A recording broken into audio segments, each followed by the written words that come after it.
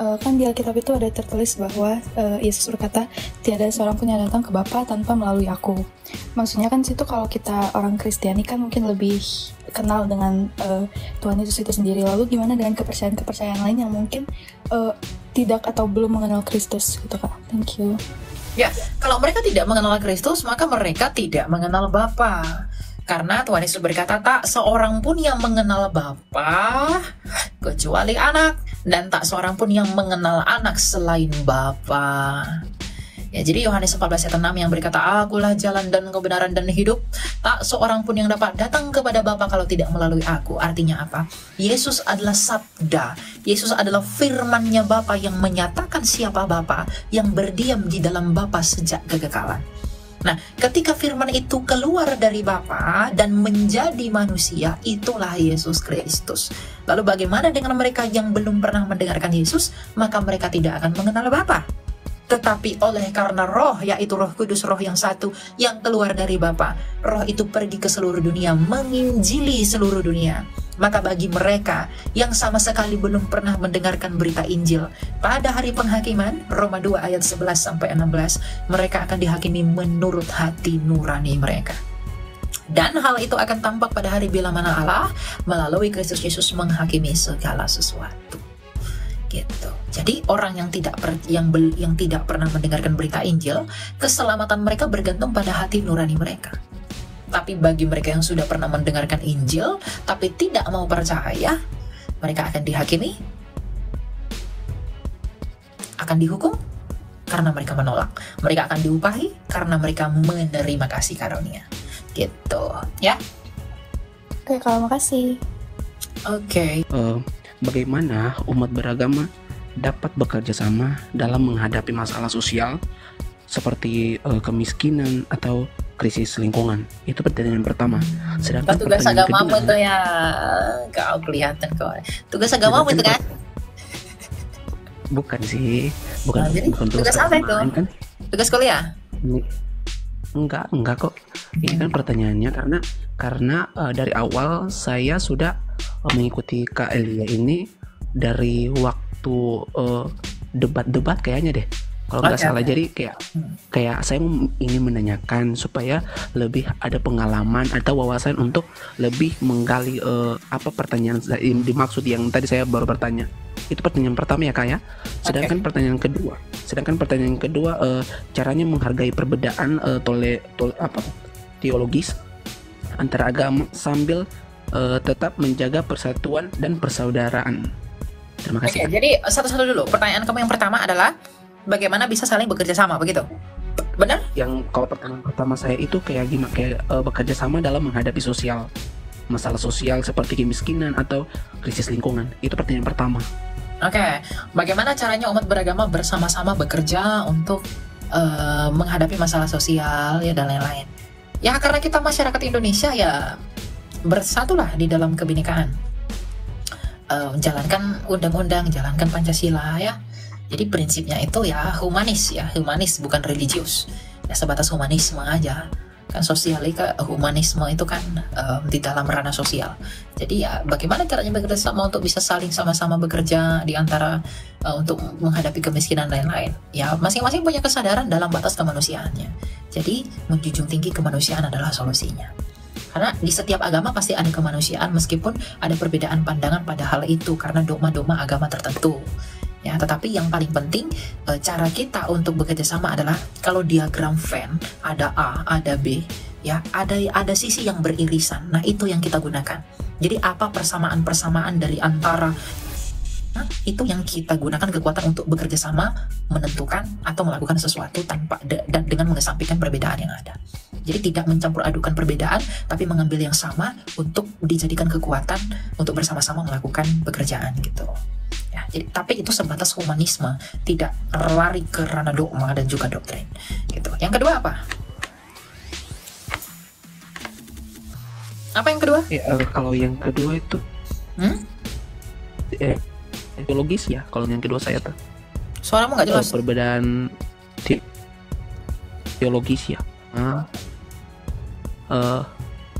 Halo? Ya, silakan. Apa yang kedua? Kalau Pertanyaan kedua itu tadi apa ya?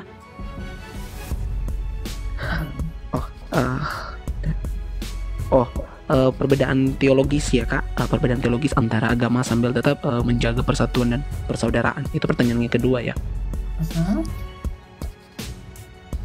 Iya, Karena memang itu makna teologis jangan dicampur-campur. Perbedaan teologi itu jangan dicampur-campur. Yang kita jadikan kekuatan untuk bersama-sama itu adalah humanisme, bukan teologi. Gitu. Yang ketiga apa? Nah, kalau yang ketiga kan kita berbicara tentang pemahaman dan sikap saling mendukung ya kak ya. Kalau pertanyaan yang ketiga ini menunjukkan pada sikap yang saling mendukung, yang artinya bagaimana setiap agama mengajarkan pentingnya moralitas dalam bagaimana kita bisa menerapkannya bersama dalam masyarakat. Itu pertanyaan ketiga saya. Maksudnya kayak gini kak, kayak bagaimana setiap agama mengajarkan pentingnya moralitas dan bagaimana kita bisa menerapkannya bersama dalam masyarakat. Ya, kuatkan persatuan lah, kesadaran untuk bersatu di dalam konstitusi, di dalam kebinekaan. Jadi semua tanpa kesadaran semua itu nggak akan selesai. Itu pasti akan lari-lari. Gitu. Jadi tekankan semangat persatuan, kesadaran. Kalau ada perbedaan-perbedaan nggak usah terlalu digubris dan lain sebagainya. Gitu. Ini saya dari Timor Leste, Pak. Oke, silakan Pak. Apa yang mau ditanyakan Pak? Saya ingin tanyakan waktu Israel dulu masih perjanjian lama kan mereka kan masih taat hukum Tauratnya. Betul. Ya, tapi sekarang di perjanjian baru itu kan Yesus juga taat juga di hukum Taurat. Terus kenapa waktu kita sudah Kristen yang sudah ikut Tuhan Yesus, kenapa kita tidak ikut hukum Taurat lagi? Ada satu lagi gereja yang namanya Messianic Kristen. Mereka percaya Yesus tapi masih taat yang hukum Taurat itu aja saja. Oke. Kenapa orang Kristen tidak lagi melakukan hukum Taurat? Ya, kita baca apa itu hukum Taurat sebenarnya. Apa sih esensi Taurat itu sehingga itu ada. Di-mute dulu ya. Oke. Nah, di dalam Galatia 3 ayat 24 dan 25 dikatakan begini.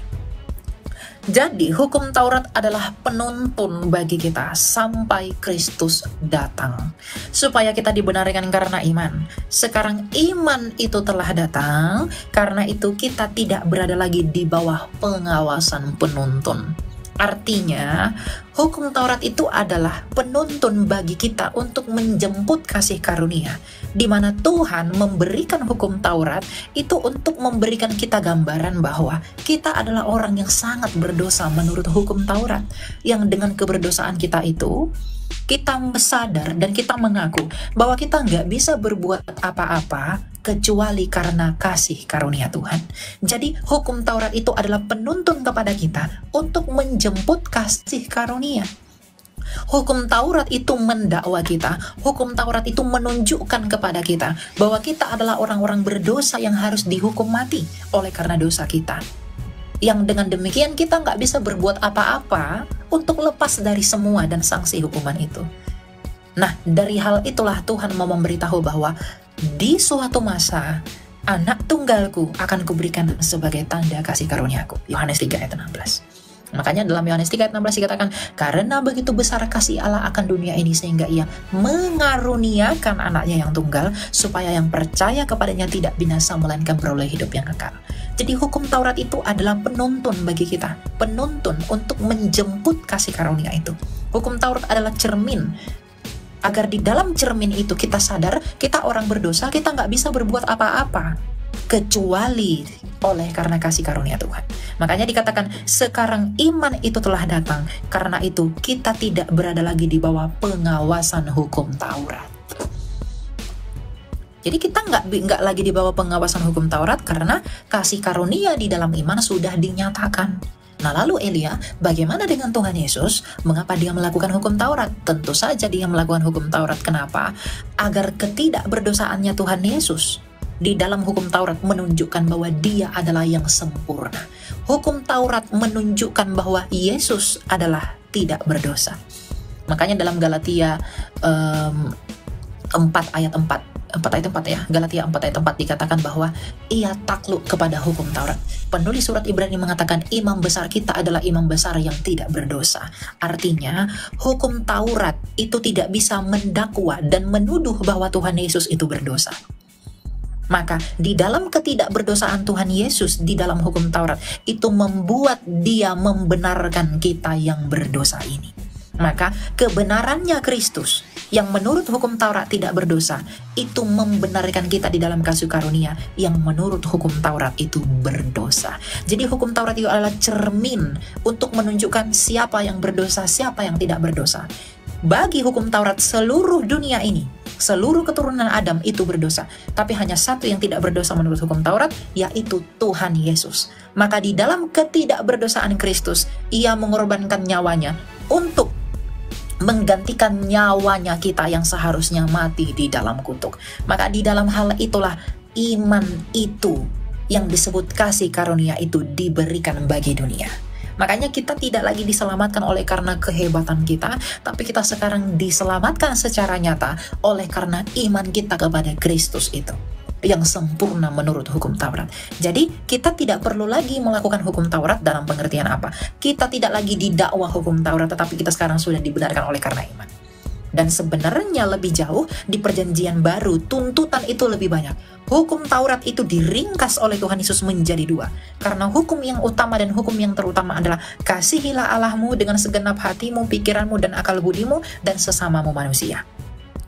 Ya. Jadi perbuatlah apa yang kamu kehendaki orang lain perbuat kepadamu, karena itulah isi dari hukum Taurat itu.